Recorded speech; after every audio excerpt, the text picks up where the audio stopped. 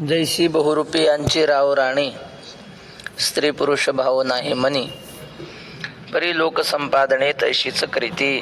ज्ञानेश्वर महाराज म्हणतात, संतांना कुठलं कर्म करायची गरज नाही. त्यांना जे मिळवायचे त्यांनी ते मिळवले. धन्योहम धन्योहम प्राप्तव्यम प्राप्त मध्य संपन्नम. संतांना काही मिळवायची गरज नाही अशी त्यांची अवस्था झाली. पण तरी सुद्धा माऊली म्हणतात त्यांनी शांत बसून राहू नये. लोकांना मार्गदर्शन करण्यासाठी शास्त्र उचित कर्म करावं आणि लोकांना मार्गदर्शन करावं. तुकाराम महाराज म्हणतात, आमचं असंच आहे, दळी कांडी लोक ऐसे परी मी नसे ते ठाई. नाटकात काम करणारे लोक काय करतात, नाटक वठवतात सोंग. काल आपण सांगितलं ना तुकोबाऱ्याचं प्रमाण, घेतले ते सांग काय घेतले ते सांग संपादावे सोंग, विटंबना व्यंग पडली या, असं तुकोबाऱ्याचं प्रमाण. घेतलेलं सोंग व्यवस्थित पार पाडायचं. आणि पण नाटक करताना सुद्धा सोंग जरी करत असला, बाईचे कपडे जरी घातले असेल, त्याला माहीत असतं मी स्त्री नाही, नाटकापुरतं घातलेलं आहे. तसं साधू संतांनी संसारात राहावं, लोकांसारखंच जगावं, पण मनामध्ये मी ब्रह्मरूप आहे अशी भावना कायम ठेवावी. असं केल्याने काय होईल, लोकांना वागायचं कळेल ना, असं असं वागायचं असतं. तैसे संत जगी क्रिया करोनी दावेती अंगी. तुकाराम महाराज म्हणले ना, आता म्हणलेलं प्रमाण, दळी कांडी लोक ऐसे, म्हणजे सगळी कामं लोकांसारखीच करायची, परी मी नसे ते ठाई.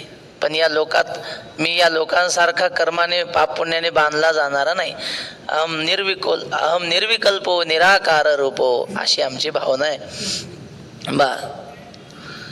तर अशा प्रकारे नाटक का असेना पण समाजाच्या मार्गदर्शनासाठी करावं असं महाराज सांगतात. कालची 76वी ओवी झाली. आता श्लोक. प्रकृते क्रियमाणानि गुणैः कर्माणि सर्वशः अहंकार विमूढात्मा कर्ताहमिति मन्यते. सामान्य अज्ञानी माणूस कसा कर्म करतो ते सांगतात. काम करतो तो खूप, पण त्याची भावना काय असते, प्रकृती हे 1, गुणही 2, सर्वशः 3, कर्माणी 4, क्रियमाणानी 5, खालच्या ओळीत ता ते कर्ताचे तावर 7, कर्तावर 8, मितीवर 9, झालं 9च आहेत. आता अर्थ असा, प्रकृते हे गुणैः सर्वशः कर्माणि क्रियमाणानि अहंकार विमूढात्मा अहम कर्ता इति मन्यते. म्हणजे प्रकृतीच्या गुणांकडून होणारी कर्म, सगळी कर्म अहंकार विमूढ आत्मा, अहंकाराने मूढ झालेला, अहम करता इति मन्यते, मीच करताय असं म्हणतो. सगळं कोण करतो, देव करून घेतो सगळं. गाडी खाली कुत्रं चालतंय, चढायला गाडी लागते, गाडीत माल असतो भरलेला, गाडी चढायला लागली, कुत्रं दम टाकते. का असं, त्याला वाटतं मीच गाडी ओढतो. गाडी कुत्रं ओढतंय का बैल ओढतात. ते बैल बिचारे काही म्हणत नाहीत, आम्हाला मान द्या न द्या, अभिमान करतात ना लोक. ते आता रिकाम्या जागा भरा. गाडी असते ना बैलगाडी, ते गाडीच्या खालची आख असते 2 चाकाच्या मधी, मोठी आखरी म्हणतात का, आमच्याकडे आख म्हणतात काय, जे ज्या भागात. तर ती आख काय म्हणत होती, गाडीच्या कडेला ते खिळी असते का चाकाच्या बाहेर, एवढी एवढी लोखंडाची, पुणे म्हणतात का तुमच्याकडे, आमच्याकडे खिळी म्हणतात. तर ती एवढीशी खिळी ती आख म्हणत होती, माझ्यावर चालली गाडी, जर मी नसते मधात आख तर गाडी चालते का? खिळी म्हणली, तसं काय समजू नको, तू आहे मान्य, पण आमचं बी काही योगदान आहे ना, ही छोटीशी आहे. आणि मग गाडी उतारायला लागली. दोन्ही खेळ्यांनी ठरवलं, चला म्हणले आता हिला अभिमान झाला ना माझ्यामुळं गाडी चालते. उतारायला लागल्यावर दोघींनी उड्या टाकल्या खेळ्यांनी बाहेर, आणि मग चाक निघली, गाडी आपटली दणकन. कुठं आदळणार? आखवरच आदळले, 2 तुकडे झाले. आखेचा अभिमान नष्ट झाला. मी करतो असं म्हणू नये, छोटासा जरी असला, प्रत्येकाचं काही ना काही योगदान असतं ना. तर माऊली आता पुढं सांगतात पहा श्लोकाचा भावार्थ. देखे पुढीलाचे ओझे, जरी आपुला माथा घेजे, तरी सांगे कान दटीजे धनुर्धरा. पुढच्याच ओझं आपल्या डोक्यावर घ्यायचं, मग काहून माणसाचं मान गळून येणार नाही का? एक माणूस म्हशीवर बसला संध्याकाळी, आणि गवताचा भारा एवढा डोक्यावर घेतला भारा, आणि म्हशीवर बसला. हो म्हणले, असं काहून? म्हशीवर ठेवा की, म्हशीला वजन होणार नाही का म्हणे. हा बसला म्हशीवर आणि भारा घेतला डोक्यावर, वजन कुणाला? म्हशीला. याला म्हणतात पुढीलाचे ओझे ना आपल्या माथा घ्यायचे.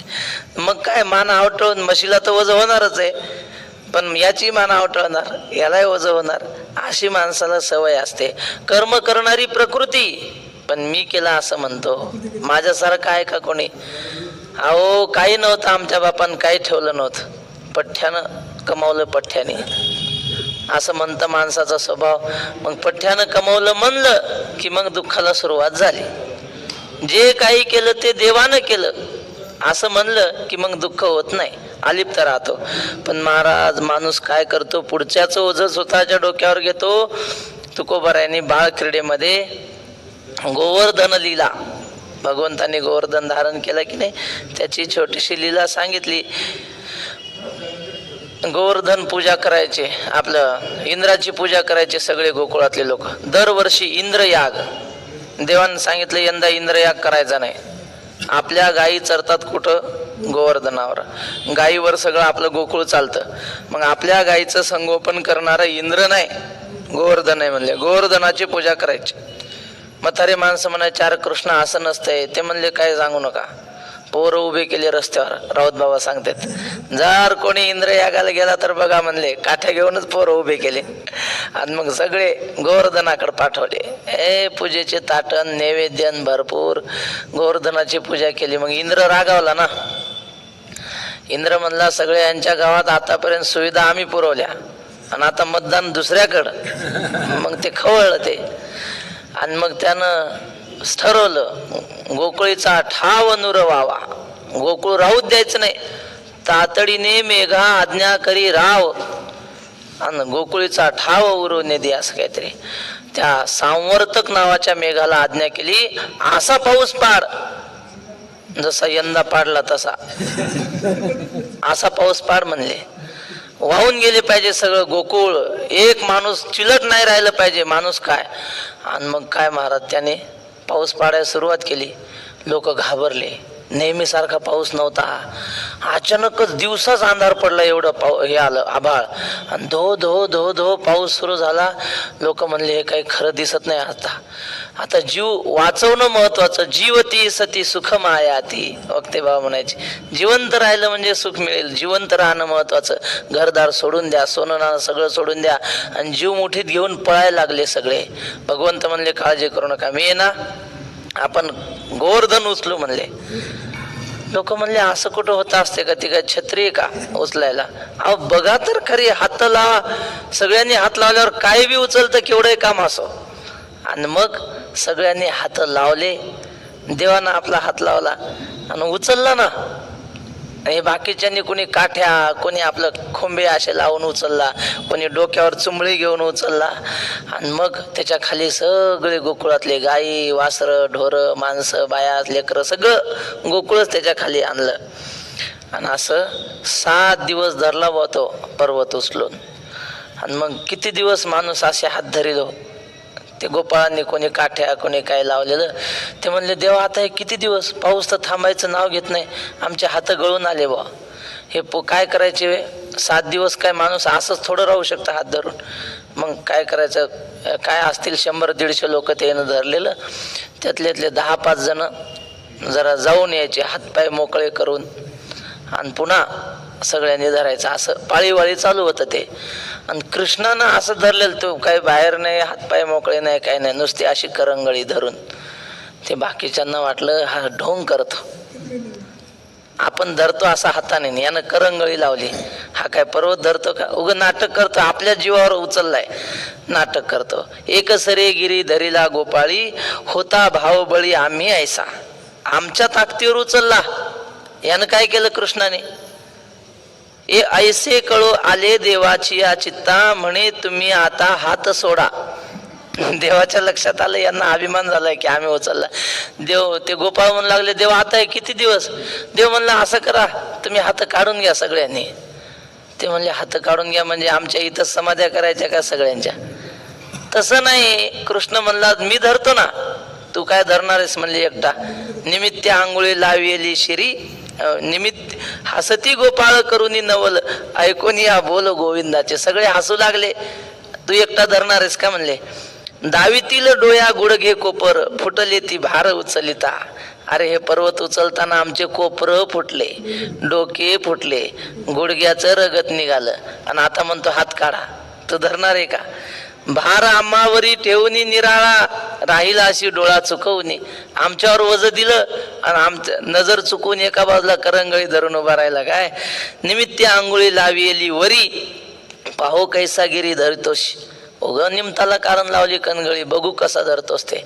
देव म्हणला हे पहा, तुम्ही काय करा, हात काढा, आणि जर खाली यायला लागला की पुन्हा धरा. तसं माझं काय म्हणणं नाही, पण काढून तर पहा. म्हणले चला रे काढा हात. काढले एका सगळ्यांनी काढले. पर्वत तुझं नुसता करंगळीवरच होता देवाच्या. आणि मग बळे हुंबरती सत्य त्यानं कळे, नुघडती डोळे आंधळ्याची. लटिकाची आम्ही शिन केला देवा, कळो आले तेव्हा सकळांशी. आणि त्यांनी पाहिलं की याच्या करंगळीवरच आहे, आपण उगच हात लावले होते. आणि मग म्हणले देवा आम्ही 7 दिवस उगेच हातपाय गळून आले, आमचे घेणं ना देणं काहीच नाही.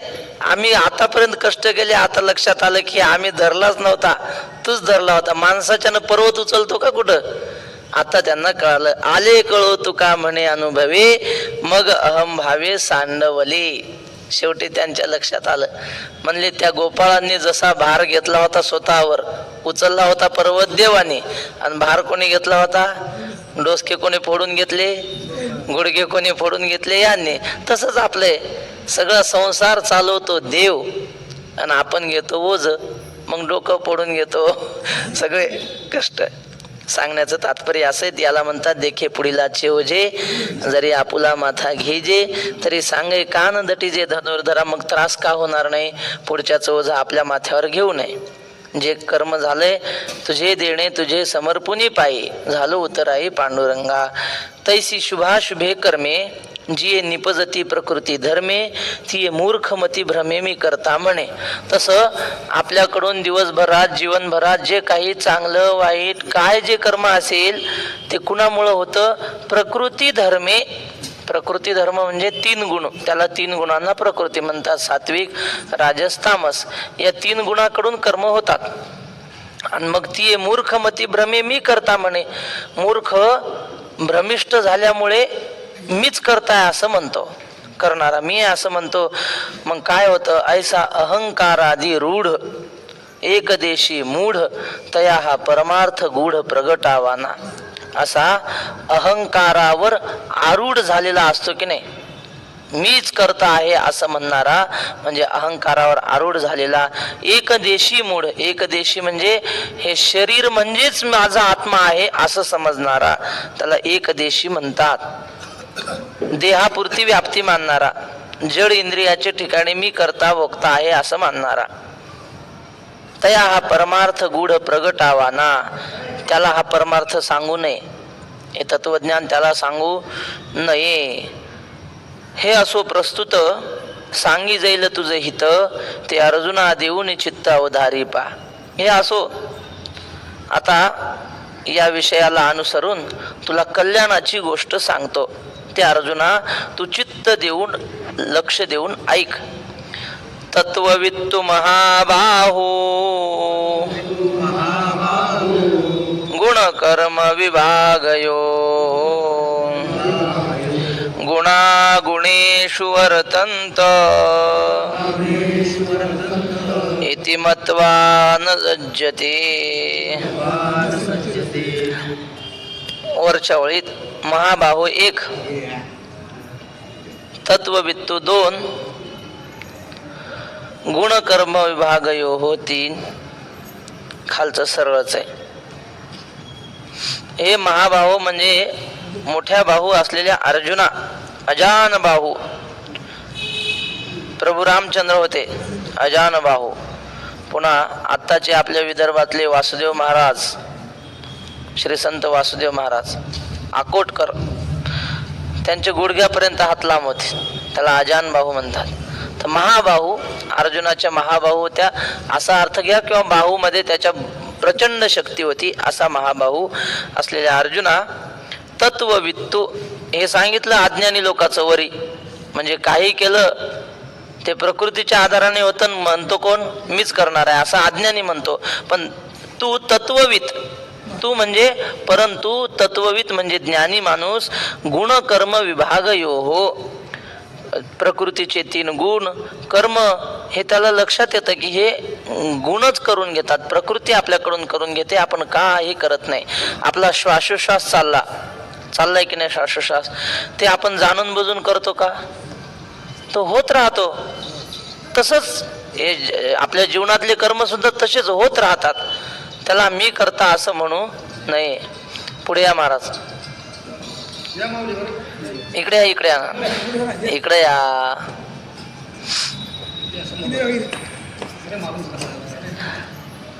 हे वरचं वर्णन झाल्यानंतर तत्ववित म्हणजे ज्ञानी माणसाचं वर्णन आलं. ज्ञानी माणसं आले की नाही पहा बरं, बरोबर श्लोक आला ज्ञानाच्या वर्णनाचा. तर ज्ञानी माणसाचा असा असतं गुणा हा गुणेषु वर्तन्ते. त्या वर्तनते की नाही ते वर मात्रा येतो, लोभ झाला, संधी झालेली आहे. गुणेषु वर्तन्ते इति मत्वा न सज्जते.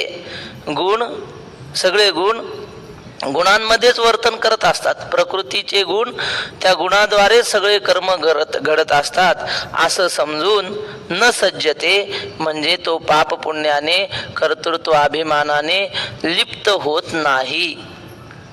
तुका म्हणे आम्ही झालो अग्निरूप लागो नेदू पाप पुण्य अंगा. ते अभंग आहे ना, झुंजारते एक विष्णुदास जगी पाप पुण्य अंगी नातळे त्या. वैकुंठवासी रामकृष्ण भाऊंनी या अभंगावर असं लिहिलंय. ते म्हणले युद्ध करावं, आणि खरा योद्धा कोण?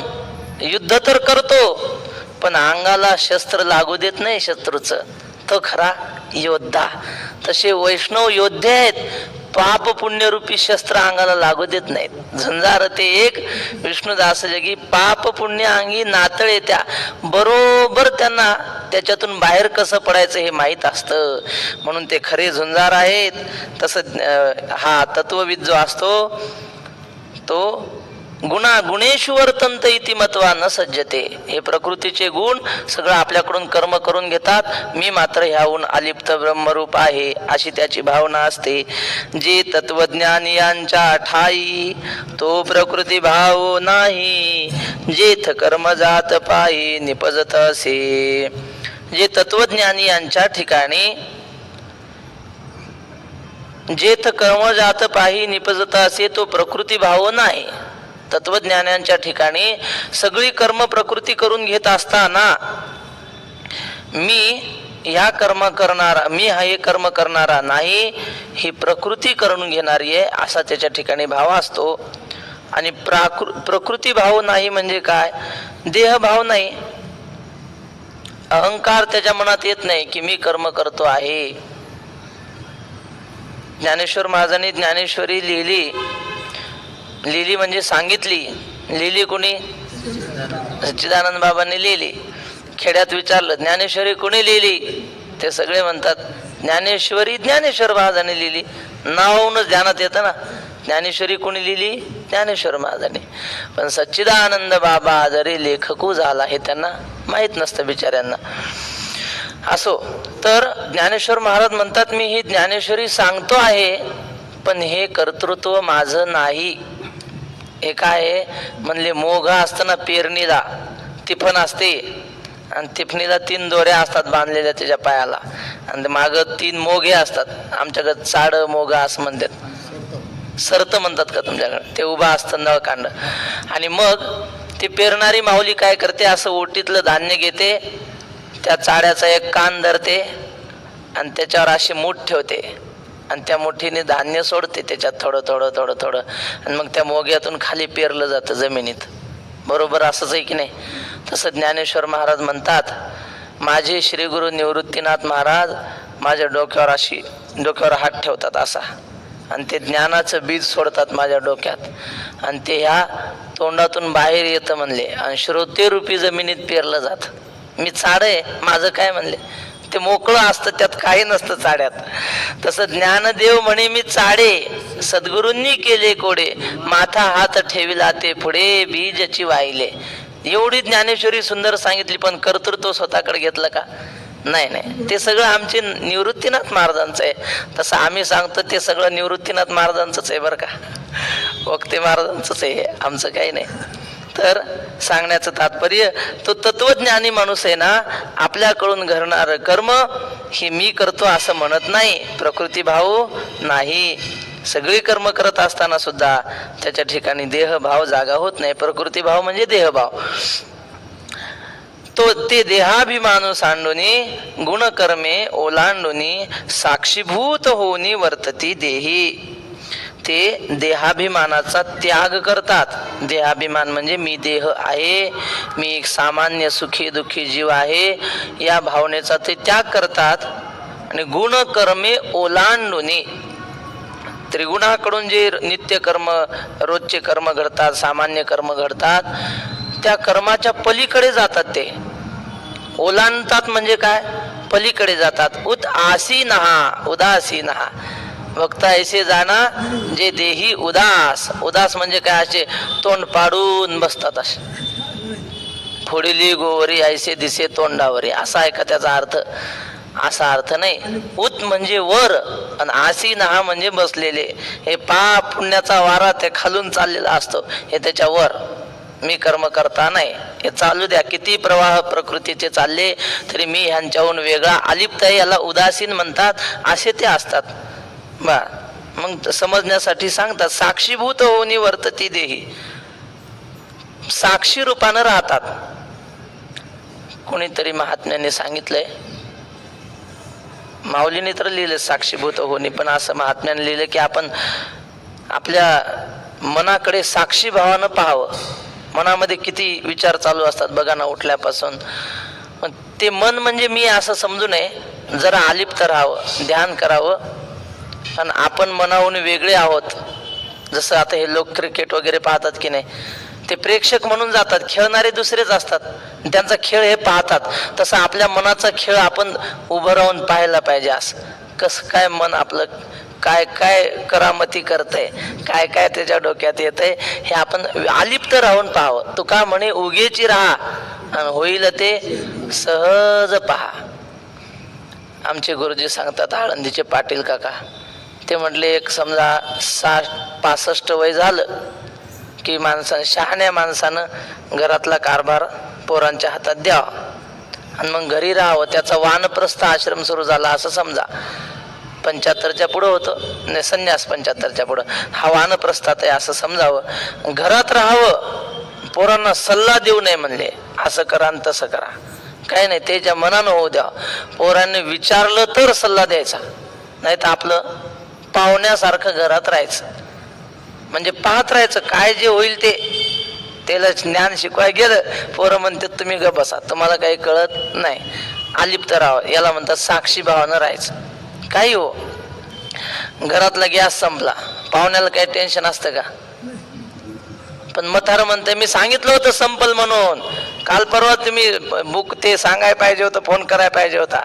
तो गप बस ना बाबा, तुला भाकर वेळेवर मिळणार आहे, पण माणसाला गप बसवतच नाही आणि मग भांडणं होतात. मग जाऊ द्या. तर साक्षी भावानं राहता आलं पाहिजे. साक्षीभूत होऊनी वर्तती देही याचं विश्लेषण ज्ञानेश्वर महाराजांनी 13व्या अध्यायामध्ये असक्ती रणभिष्वंग पुत्रदार गृहादिषु नित्यम च समचित्तत्व मिष्टा निष्ठोपपत्तीषु या श्लोकावर लिहिताना, तरी जो या देहावरी उदास वैसिया परी उखिता जैसा विढारी बैसला आहे, वृक्षाची सावली वाटे जाता मिनली घरावरी तेतुली आस्था नाही. माऊली म्हणतात, देहाविषयी उदासीन कसा असतो. आपण आंघोळीला चाललो, आपल्यासोबत 4-5 माणसं आहेत, चंद्रभागेला आंघोळीला गेलो. मग लोक काय म्हणतात, 1 जणांनी कपड्यापाशी थांबायचं आणि बाकी 2-4 जणांना आंघोळीला. आणि तसं नाही केलं तर मग अवघड आहे. पंढरपूर आहे हे. इथं जनाबाई म्हणते देव चोर आहेत, तुम्ही कोण? बाकीच्या लोकांचं काय सांगता, दरीला पंढरीचा चोर. इथल्या देवाला चोर म्हणले, लोकांचं काय घेऊन बसले. बाबा म्हणले, पंढरपुरातल्या लोकांसमोर जर प्रवचन असेल तर त्यांना तत्वज्ञान सांगू नका, त्यांना फक्त एकच सांगा, चोरी करणं महापाप आहे, दुसरं काय एवढंच सांगा म्हणले पटवून, दुसरं काही नाही. जाऊ द्या. तर तसं नाही केलं तर अवघड होतं. मग जो कपडे सांभाळायला राहिलेला असतो त्याला तो पाहतो का ह्याच्या खिशात किती पैसे आहेत, त्याचा मोबाईल कोणता आहे खिशातला, काय नाही, आपला उभा राहतो. ते दुसरे आंघोळून येऊस्तर त्याच्यात किती पैसे आहेत, काय कोणाचे कार्ड आहेत का काय, काही घेणं देणं नसतं. उखिता जैसा बिडारी बैसला आहे, सांभाळायला राहिलेला माणूस, काय नाही. तसा किंवा शेती दिली असते. काही लोक पुण्याला राहतात, गावाकडची शेती कोणाला तरी लावलेली असते. मग त्या शेतीत होणारं पीक काय असेल त्याच्याविषयी, मोबदल्याविषयी तो सांभाळणारा माणूस उदासीन असतो. तो म्हणतो आपलं काम काय, सांभाळायचं बस. त्यात किती होईल काय होईल ते मालक जाणे आणि ते दुसरे जाणे, पैशावाले. तेव्हा असं देहाविषयी उदासीन असतो तो.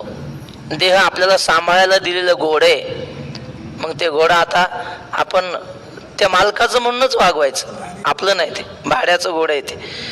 देहाभिमानू सांडुनी गुणकर्मे ओलांडुनी साक्षीभूत होऊनी वर्तती देही.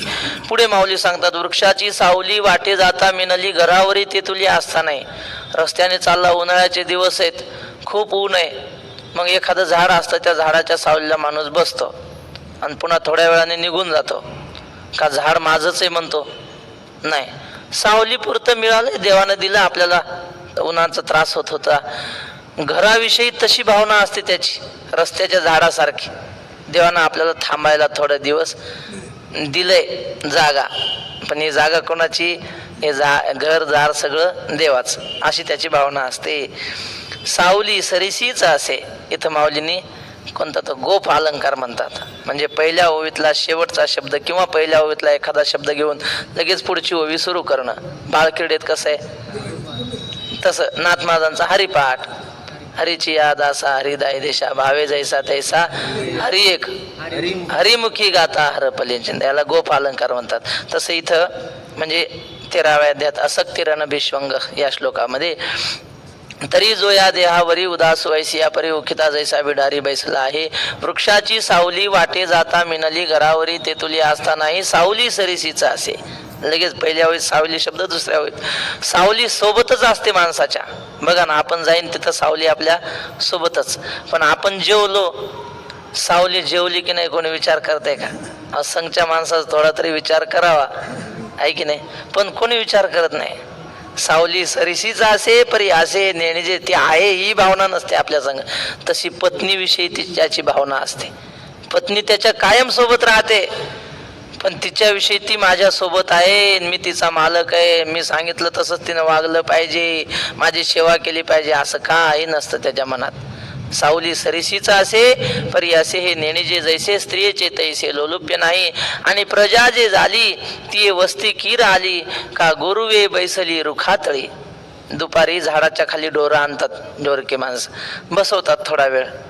मग आता आपल्या सावलीला बसली ढोरं, म्हणजे आता या ढोरांनी मला तांब्या दूध दिलं पाहिजे असं झाड म्हणतंय का? नाही नाही, आले बसले गेले, झाडाला काय घेणं नाही, या बसा जा, येता तरी सुखे या. आता कोणतरी होतं गुरुदेव सेवा मंडळाची भगवी टोपी, कोणी यायचं ते या, जायचं ते जा. झाड आपलं शांत उभं असतं, अभिमान धरत नाही. तसं म्हणले लेकरं बाळ झाले ना, हे लेकरं बाळ म्हणजे आपल्या सावलीला आलेले ढोर आहेत. पोरं नाही, ढोर आहेत, ढोर.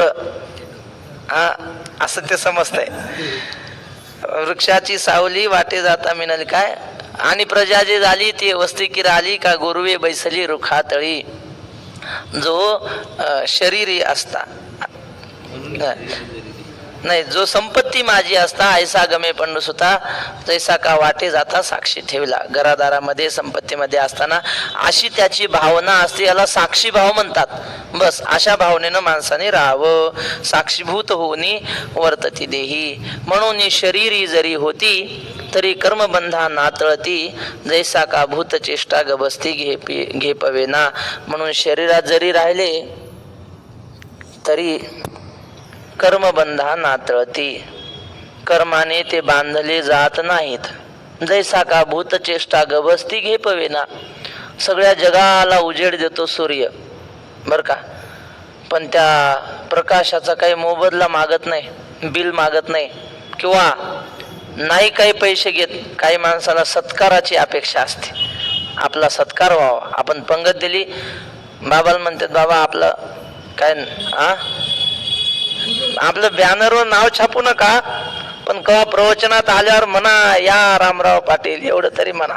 बर, आणि तेवढ्यात आमचं झालं, सत्कार झाला की सगळं आलं त्याच्यात. तसं सूर्य एवढं मोठं काम करतो महाराज. जगाची आंधे फेडीत, श्रियेची रावळे उघडत, निघे जैसा भासवत प्रदक्षिणे. ज्ञानेश्वर महाराज म्हणतात जगाचा आंधळे पण घालवतो तो. सूर्य जर नाही उगवला तर हे डोळे असून उपयोग नाही, आंधळेच सगळे माणसं जगातले. सूर्य नाही उगवल्यावर तर तुम्ही म्हणा लाईट आहेत की, लाईटाचा उजेड सुद्धा सूर्यामुळेच आहे, नाही तर याच्यात सुद्धा ऊर्जा येऊ शकत नाही. हे जगातलं सगळी ऊर्जा सूर्याची. ते यदादित्य गतम तेजो ते सोडून द्या, सूर्याला सुद्धा त्या परमात्म्याची ती सोडून द्या. पण जगामध्ये जेवढा प्रकाशमानता आहे ही सगळी सूर्यापासून आहे. आणि तो सूर्यच जर नसला तर सगळं जग आंधळ आहे, आणि म्हणून तो उगवतो, जग दिसता आपल्याला. जगाची आंधे फेडीत, श्रियेची रावळे उघडीत. माऊली म्हणतात हे जगाचं सौंदर्य, बगीचे, हे सुंदर सुंदर जग दिसतंय कोणामुळं? हे ऐश्वर्य, सौंदर्याचं राऊळ, सौंदर्याचं मंदिर सूर्य उघडतो. आणि निघे जैसा भासवत प्रदक्षिणे, तो प्रदक्षिणा करतो पृथ्वीची, असं माऊली म्हणतात. तर एवढं सगळं काम तो करतो, पण कधी कोणाच्या मोबदल्याची इच्छा करत नाही. कुठल्या कार्यक्रमामध्ये आपला सत्कार व्हावा असं तो कधी मनात ठेवत नाही. जैसा का भूत चेष्टा गबसती घेपवेना. सूर्य जगाच्या पापपुण्याने म्हणा कर्तृत्व अभिमानाने कधीही लिप्त होत नाही, असा तो महात्मा असतो. माऊली म्हणतात 16व्या अध्यायात, आता सूर्यासी जीवे अनुसरलिया राजीवे, परित्ये तो न शिवे सौरभ्य जैसे. कमळीने असते, सूर्य उगवला की ती उमलते, आणि सूर्य मावळला की बरोबर मावळते, मिटते अशा तिच्या पाकळ्या. एवढी सूर्याला ती अनुसरलेली असते की सूर्य जर एखाद्या दिवशी उगवला नाही ना, किंवा म्हणजे ढगाने झाकलेला असला, उमलत नाही महाराज. ती म्हणते ते आल्याशिवाय मी उमलणार नाही, एवढं ती अनुसरलेली असते. आपलं सर्वस्व तिनं सूर्याला वाहिलेलं असतं. पण ज्ञानेश्वर महाराज म्हणतात एवढं जरी तिनं सूर्याला वाहिलं, पण हा बाबा असा आहे तिच्या सुगंधाच्या कणाचा सुद्धा सेवन करत नाही. माझ्यावर किती जीव वळून टाकू द्या, पण मी त्याचं काही घेणार नाही. याला म्हणतात काय, भूतचेष्टा गबसती घेपवेना. तसं हा महात्मा सगळी कर्म यथोचित पूर्ण करतो, पण कर्मफळाची तिळमात्र इच्छा करत नाही, सूर्यासारखा अलिप्त असतो. आता श्लोक आहे, प्रकृतीर गुण सम्मूढास सज्जन्ते गुणकर्मसु तान कृत्स्न विदो मंदा कृत्स्न विन्न विचालये. प्रकृते हे एक, गुणकर्मसु 2, सज्जनते 3, खालच्या ओळीत कृत्स्न विदाह 4, तान 5, मंदान 6 मध्ये शेवट आहे. प्रकृते हे गुणसम्मूढा, प्रकृतीच्या देहेंद्रिय गुणांनी मोहित झालेले. माणसं देहेंद्रियादी गुणांच्या कर्मात आसक्त होतात. गुणकर्मसु सज्जनते म्हणजे त्या गुणकर्मामध्ये आसक्त होतात. कृत्स्नविदाः तान मंदान कृत्स्नविन्न विचालेत. कृत्स्नविद म्हणजे ज्ञानी महात्मा.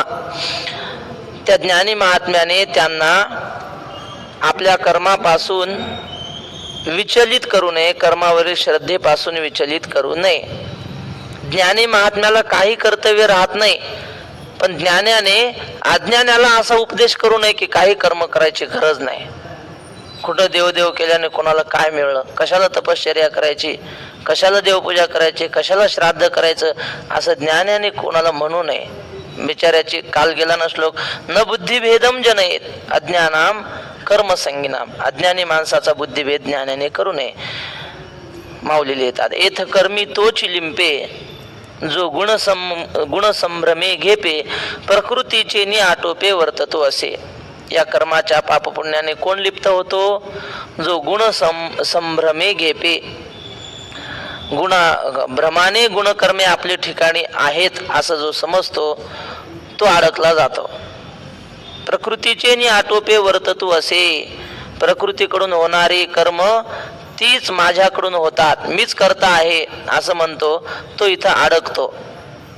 प्रकृतीला स्वाधीन होऊन राहतो, आटोपे म्हणजे स्वाधीन होऊन राहतो, तो इथं कर्मामध्ये अडकला जातो. इंद्रिये गुणाधारे राहटती निज व्यापारे ते परकर्म बलात्कारे आपादिजो. आपली प्रत्येकाची इंद्रिय हे गुणानुसार वागत असतात.